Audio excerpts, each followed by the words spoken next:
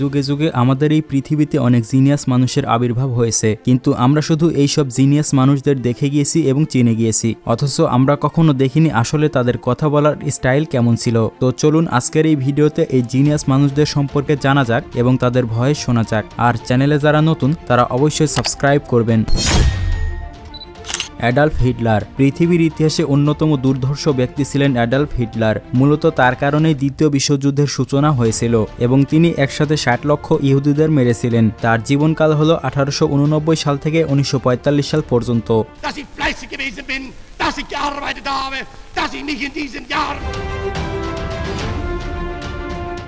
Bruce লি। পুরো পৃথিবীর best martial artist ছিলেন তিনি। তার ফাইটিং গতি এতটাই ছিল যে মুভি শুটিং এর সময় তার অ্যাকশন সিনগুলোর গতি 24/সেকেন্ড স্লো মোশন করে দেওয়া হতো, না হলে তা মানুষের চোখে ধরাই পড়তো না। তার জীবনকাল ছিল 1940 সাল থেকে 1973 সাল পর্যন্ত এবং তিনি ছিলেন একজন American martial artist.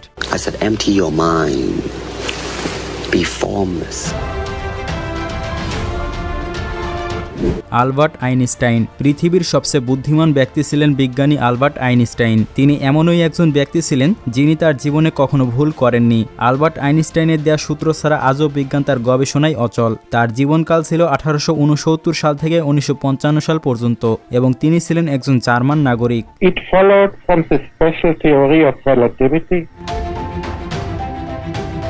Charlie Chaplin. সাদা কালো সিনেমার সেরা কমেডিয়ান অভিনেতা ছিলেন চার্লি চ্যাপলিন। তার জীবনকাল ছিল 1889 সাল থেকে 1977 সাল পর্যন্ত এবং তিনি একজন ব্রিটিশ নাগরিক ছিলেন। তার ভিডিও এখনো মানুষ এনজয় করে।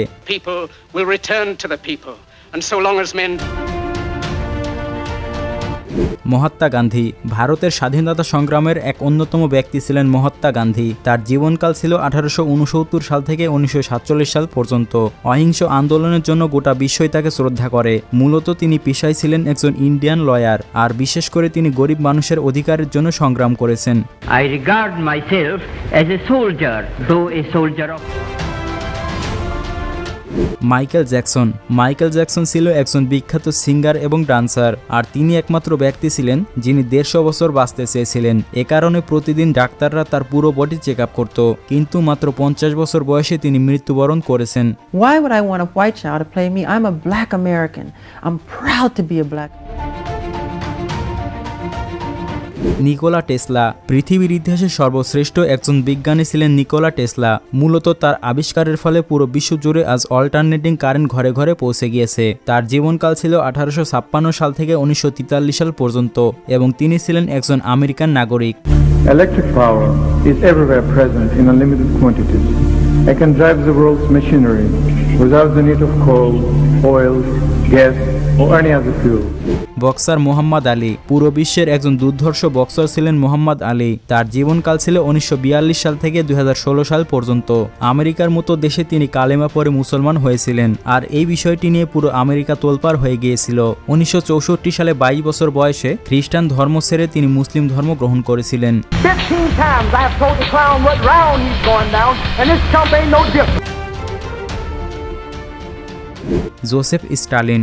আধুনিক অর্থনীতির ইতিহাসে জোসেফ স্টালিন একজন শাসক অর্থনীতিবিদ ছিলেন। তার জীবনকাল ছিল 1878 সাল থেকে 1953 সাল পর্যন্ত। জোসেফ স্টালিনের কাছে আনুমানিক প্রায় $7.5 ট্রিলিয়ন সম্পদ ছিল, আর তিনি ছিলেন সেই সময় সোভিয়েত ইউনিয়নের রাজা।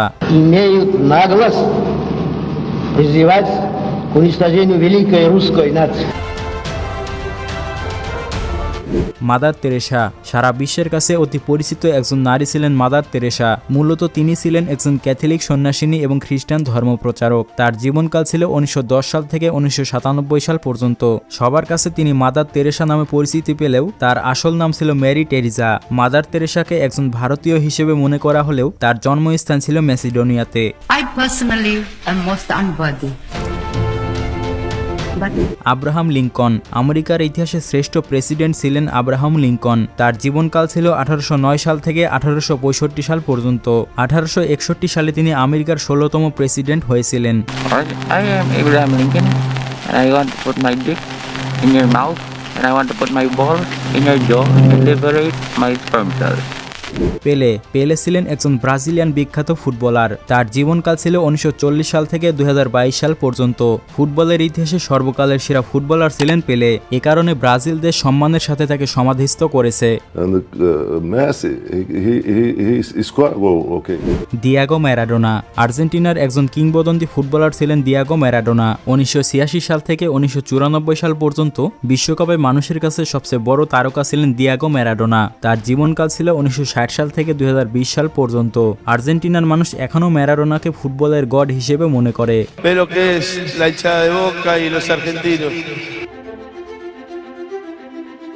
বব মার্লে ছিলেন তৃতীয় বিশ্ব থেকে উঠে আসা প্রথম সুপারস্টার। 70-এর দশকের দিকে শ্রোতা দর্শকদের মাতিয়ে রেখেছিলেন তিনি। বলা হয়ে থাকে বব মার্লের গানে এমন কিছু ছিল যা শ্রোতাদেরকে তার দুঃখ কষ্ট ভুলিয়ে দিত। তার জীবনকাল ছিল 1945 সাল থেকে 1981 সাল পর্যন্ত এবং তিনি ছিলেন একজন জামাইকান সিঙ্গার।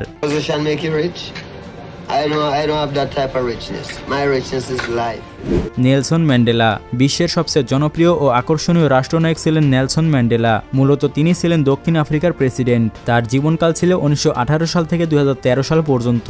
1994 সালে তিনি সাউথ আফ্রিকার প্রেসিডেন্ট হয়েছিলেন। And at the same time of Libya and Cuba. Saddam Hussain ছিলেন ইরাকের প্রেসিডেন্ট। 1969 সাল থেকে 2003 সাল পর্যন্ত তিনি ইরাকের রাষ্ট্রপতি ছিলেন। তবে তার জীবনকাল ছিল 1937 সাল থেকে 2006 সাল পর্যন্ত। 2006 সালে তাকে মানবতা বিরোধী অপরাধে দোষী সাব্যস্ত করে দেওয়া হয়েছিল।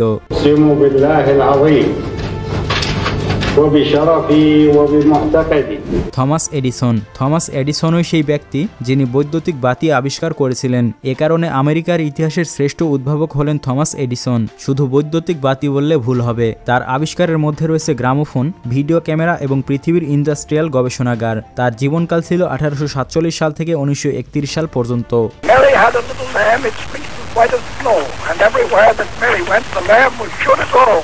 রানী দ্বিতীয় এলিজাবেথ ইতিহাসের যে কয়েকজন নারী শাসককে নিয়ে সবচেয়ে বেশি আলোচনা করা হয়েছে তাদের মধ্যে রানী দ্বিতীয় এলিজাবেথ অন্যতম।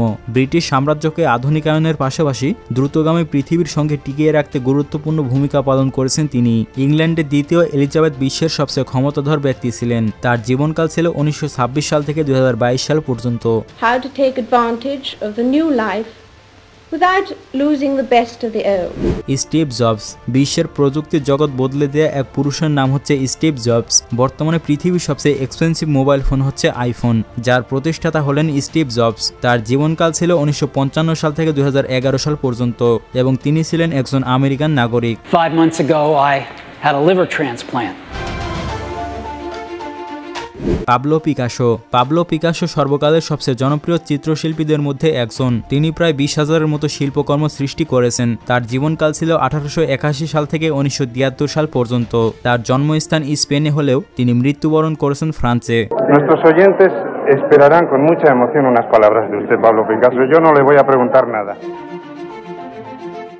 আলেকজান্ডার গ্রাহাম বেল পৃথিবীর বিখ্যাত একজন আবিষ্কারক হলেন আলেকজান্ডার গ্রাহাম বেল। সর্বপ্রথম টেলিফোন আবিষ্কার করেছিলেন তিনি। তার জীবনকাল ছিল 1847 সাল থেকে 1922 সাল পর্যন্ত।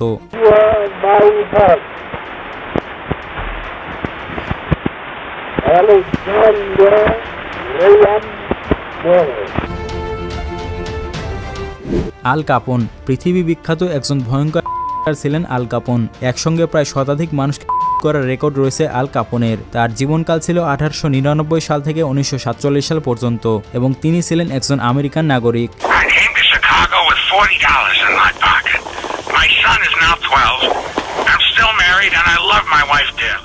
টেড বুন্ডি 1970-এর দশকের আশেপাশে বহু যুবতী মেয়েদের করেছিলেন কুখ্যাত এই ব্যক্তি।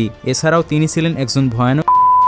তার জীবনকাল ছিল 1946 সাল থেকে 1989 সাল পর্যন্ত এবং তিনি ছিলেন একজন আমেরিকান নাগরিক। What's going through my mind right now is to use the minutes and hours that I have left.